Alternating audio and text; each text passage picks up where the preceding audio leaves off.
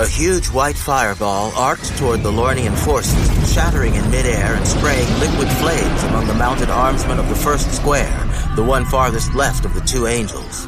Sweat ran down Nylan's forehead and into his eyes. His hair crinkled in the heat. Beside him, Arlen tweaked the shallower lines of order, and a line of flames, dark flames, rose from the fields before the advancing shining foot, turning white uniforms black, charring the flesh under the blackened shells that had marched proudly instants before.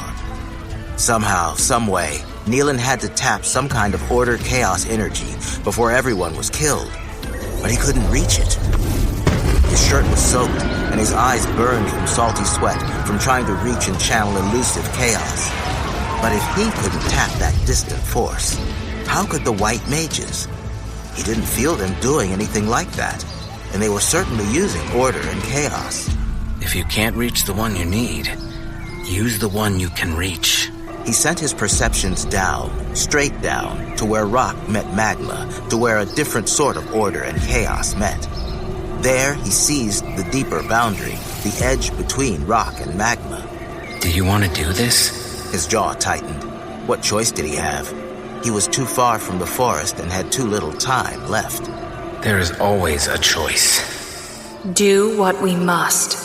Nylan cleft, order and chaos, struggling to hold layers and layers of order between him and the raw white energy, especially between Arlen and that energy.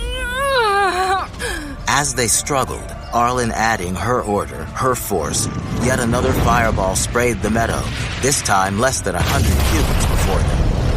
Nylan could feel his own hair crisping more, the heat of chaos fire washing over both him and Arlen, their skin near burning from the chaos fire. Concentrate on your work. Arlen's calmness soothed the questions in his soul as he wedged chaos and order farther apart, building a channel up from the depths, a channel to the backside of the Syadoran forces, even as he tried to create an order wall before their own armsmen. Not much good if you turn us into cinders. Arlen coaxed and eased yet more of the black webs, the unseen black patterns, into that barrier.